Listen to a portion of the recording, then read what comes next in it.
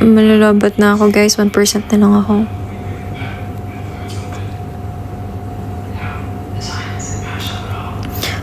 Dapat ba love yourself first before magmahal ng ibang tao?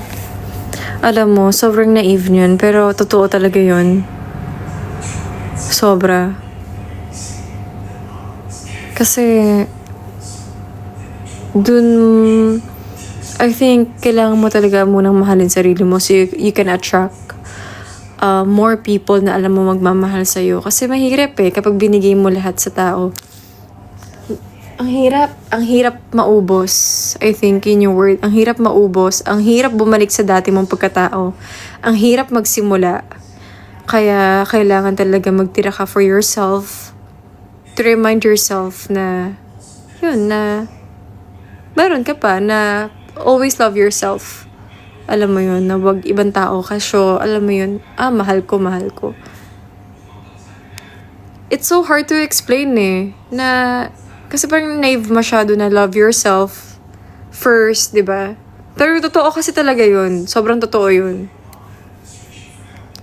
In short, love yourself first in a way na you need to be selfish sometimes. And being a selfish is not bad. Dear Chacha, MOR na pala.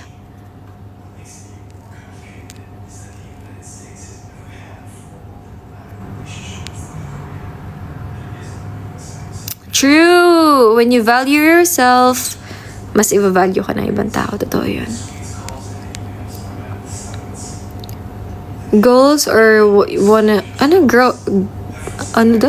Okay, goals or what you wanna focus more on this year. Self talaga. Like, family ko and myself talaga. Related siya dun sa tinanong sa akin about love yourself. Kasi before talaga, I forgot to love myself.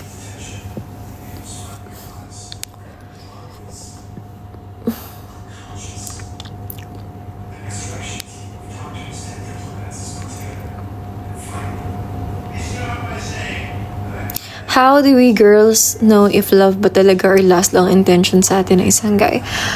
I think instinct, malalaman nyo naman yun kung yung intention ng lalaki, di ba? If love or lust. Kasi depende, it's so hard to identify, especially if hindi ko kilala yung person. Pero sa experience ko, gesture yung paano ba? Yung effort, yung time. Pati malalaman mo sa lalaki yun kapag puro kalibugan lang yung alam or gusto may, you know what I mean? Instinct talaga, malalaman mo yan. I swear, kahit yung mga friends mo na if yung lalaki is landi lang ang alam at landi lang ang habol sa'yo, you need to stay away from that guy.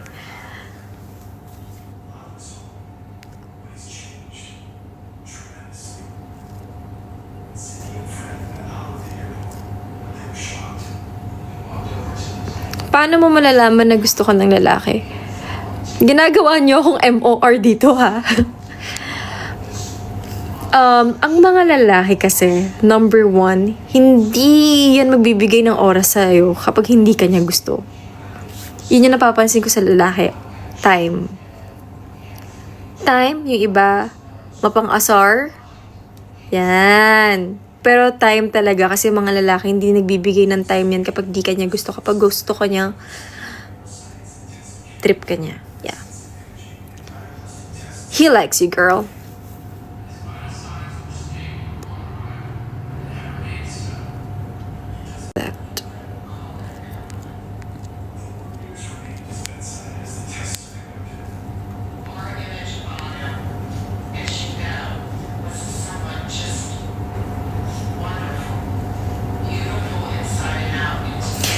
Di ba men are somehow lustful naman talaga in sense in nature?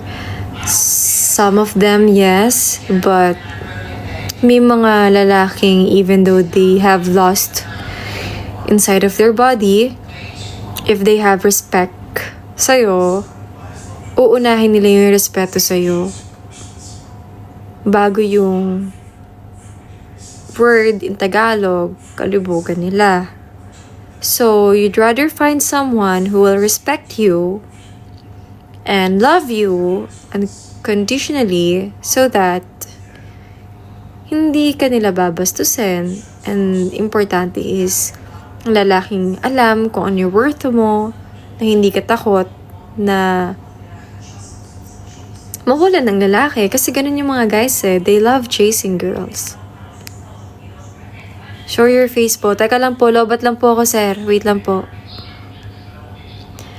So, pasensya na, guys. 1% na lang po kasi ako po.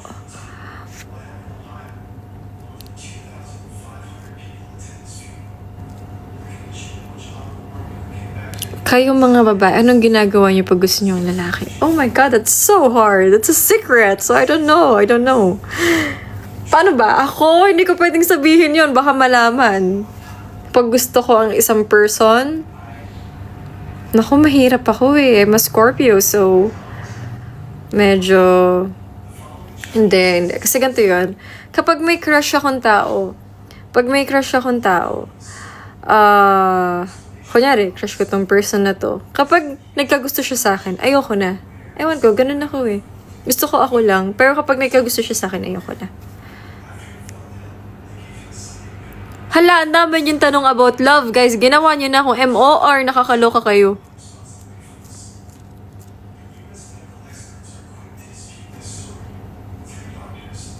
Paano makamove on sa 9 years na ex? Kung 9 years na kami. Oh, don't pretend that you're okay. I think yun. Isa yun. Wag mong pilitin na magiging okay ka. Embrace mo lang na hindi ka okay. If you wanna cry, cry. If you wanna be sad, sad. If you wanna shout, shout. Huwag mong pilitin na okay ka. Kasi, slowly mag-heal ka. I think that's very important na mag-focus kayo for you to heal first. And acceptance. Ayun, kasi ang hirap. Hirap niyan, 9 years. Routine, memories, lahat. That's so hard. So, I think, don't pretend that you're okay. It's okay not to be okay. Embrace mo lang. Kasi, kapag napagdaanan mo na yung lahat, yun, everything will follow na.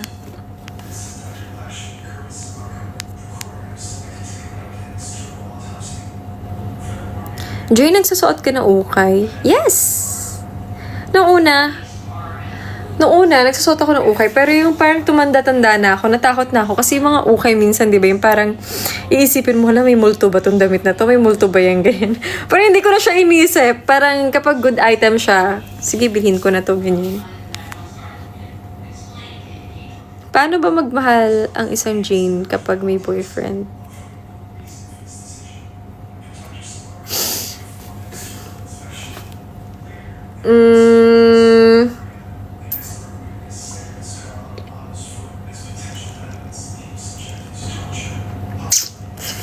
Paano ka magmahal? Iba.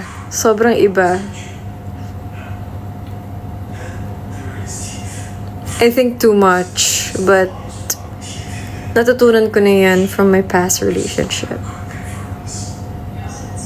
If I love the person, yun talaga. Bigay talaga. Pero, yun, natutunan ko nga na, kalma. Kalma. Baby, kalma.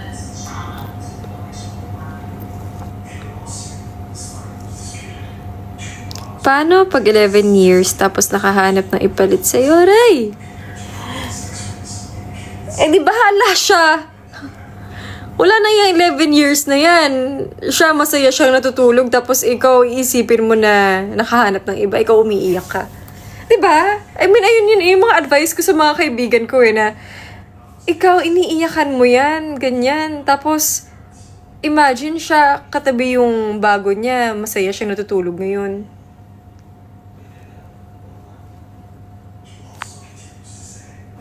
Always remember that. Diba minsan, iyak-iyak tayong ganyan, tapos, nare-realize mo lang, hala, ba't umiiyak ako ngayon? Pero siya, mahimbing yung tulog niya.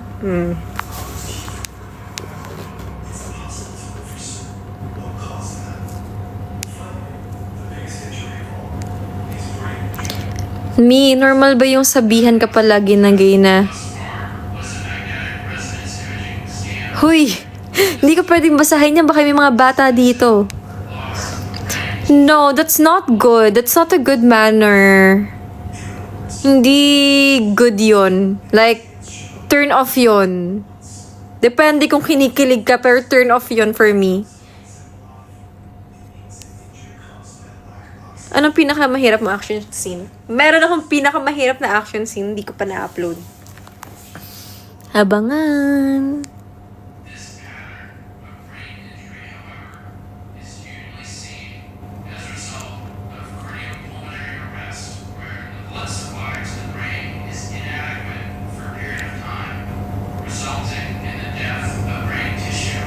Mahirap ka ba sa UN, Jane? Paano ka sa UN or paano ka napapakalma? Liligawan mo ba ako? Well, kapag may ginawa ka talagang mali sa akin or kapag nasaktan talaga ako, it's very hard for you to convince me. I swear. Like, it's so hard. Kasi mahaba kasi pasensya ko eh. Sobrang mahaba pasensya ko. As in, so I'm not sure if depende kung paano mo ako susuyuin. So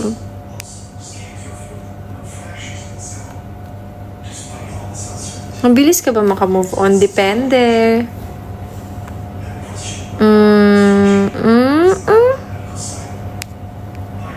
Depende pa rin.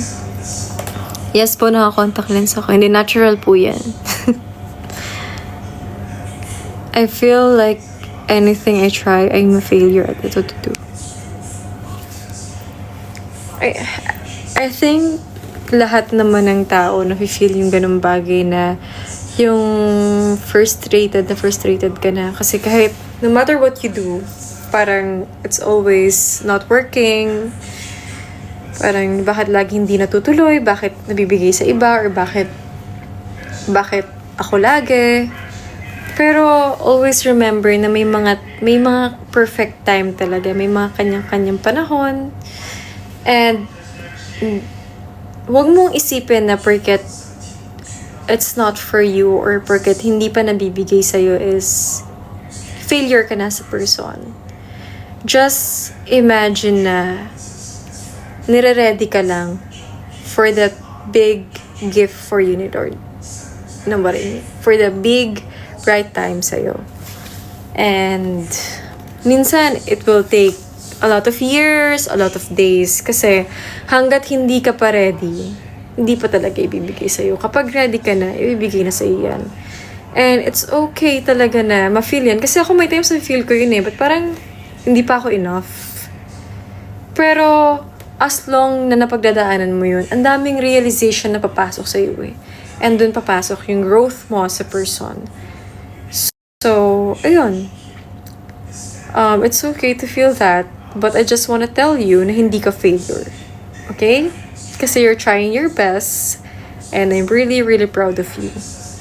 So, just keep going. Kaya mo yan. We're just here for you. Lahat tayo. It's a new start of 2026. Hindi pa naman huli ang lahat. So, kaya mo yan.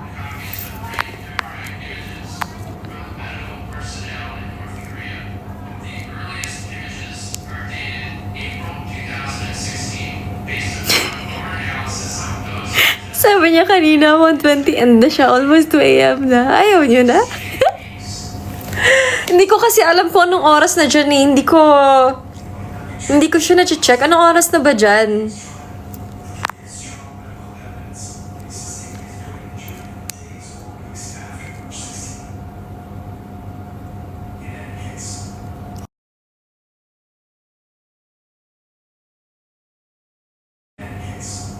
Stress ba sa film industry? Bala ko sana pumasok. Kung gusto mo mag-artista, sasabihin na kita hindi madaling mag-artista.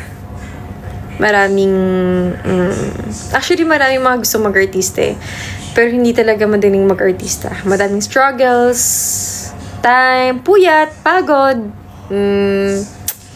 marami kang kailangan endure. Syempre, people won't like you as much as you do. Not everyone will like you. You cannot please everyone. And then at the same time, a lot of people will love you. Diba? A lot of people will support you as well. I think, ang kalaban lang naman sa industry namin is mental battle. Kailangan na talaga, if mag-artista ka, matatag ka talaga mentally and emotionally. Pero, if passion mo talaga to act, like me, I love acting so much, passion ko talagang umarte, I think wala lang sa iyo mga yun kung maka-focus ka lang dun sa goal mo. So, if gusto mo mag-artista, go, support. Baka makatrabaho pa kita one day.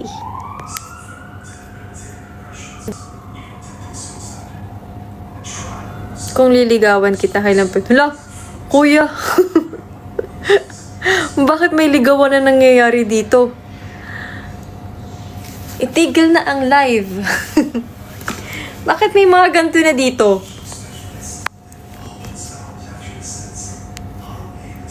Okay. May battery na ako. Balik tayo sa ano. Okay.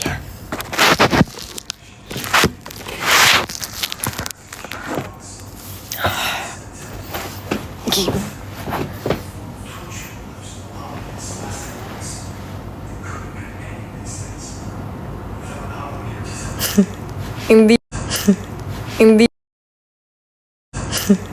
Hindi ako pwede ma-end. Kasi nga, nagtrabaho pa ako. Promise, ano na lang, ilang minutes na lang, mag-off na ako ng live. Kasi inaantok na po talaga ako. I'm so sleepy na talaga. Baka makatulog ako dito sa live. Kayo lang po yung nagpapuyat sa akin.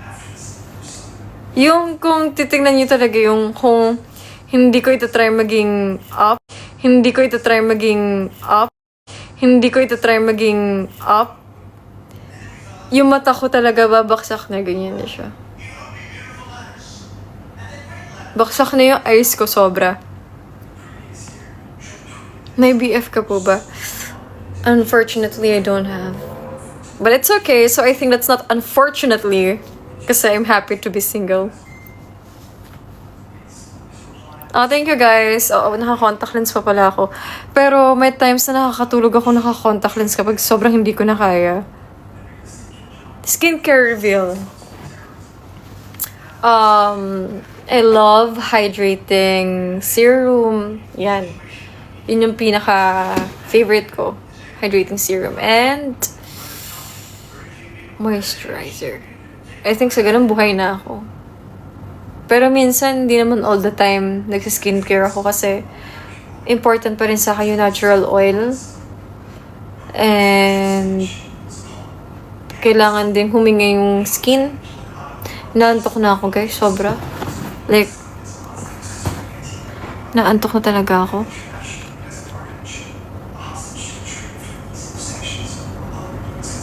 Anong color ng hair mo? Hindi ko talaga alam yung color ng hair ko eh. Parang pinili ko lang siya dun sa nantok na ako. Pinili ko lang siya dun sa ano, yung pilihan ng mga hair colors sa book. Light brown? Baka light brown.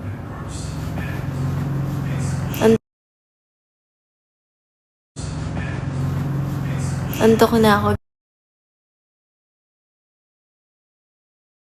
Antok na ako, guys.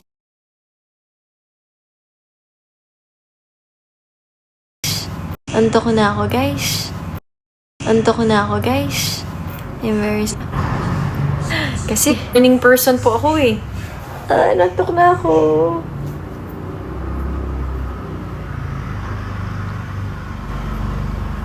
Ay, nantok na ako.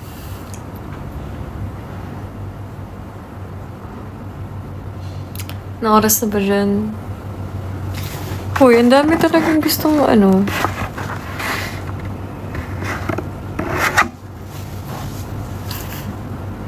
Nantok na ako, guys. Sobra. Pasensya na. I tried my best to be up as much as I can. Sobrang naantok na ako.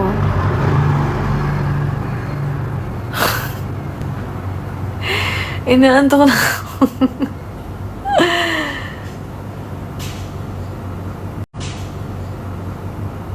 Alam mo, ito lang, kasi kanina mo pa tinatanong yung about lust. About lust. Na lalaki.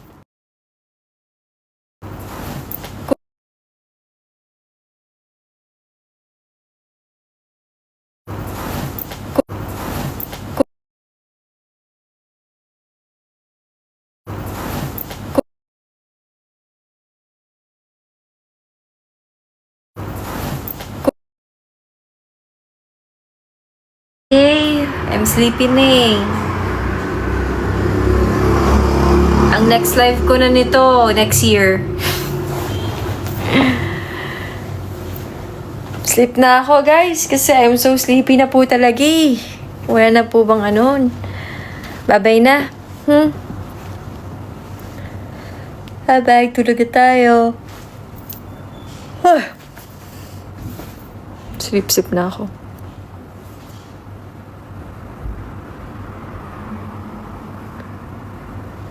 Bye guys, hindi ko na kaya. Sobrang inaantok na talaga ako. Maghihilamos pa ako. Hindi ko na mapapanood yung Netflix na gusto kong panoorin. I need to sleep. I love you guys. Thank you for the time. You know, I really had fun. Ano oras ba ako nag-live? Ingat kayo dyan sa Philippines, please. Always take care, everybody. Miss ko na kayo. Bye. Good night. Annyeong.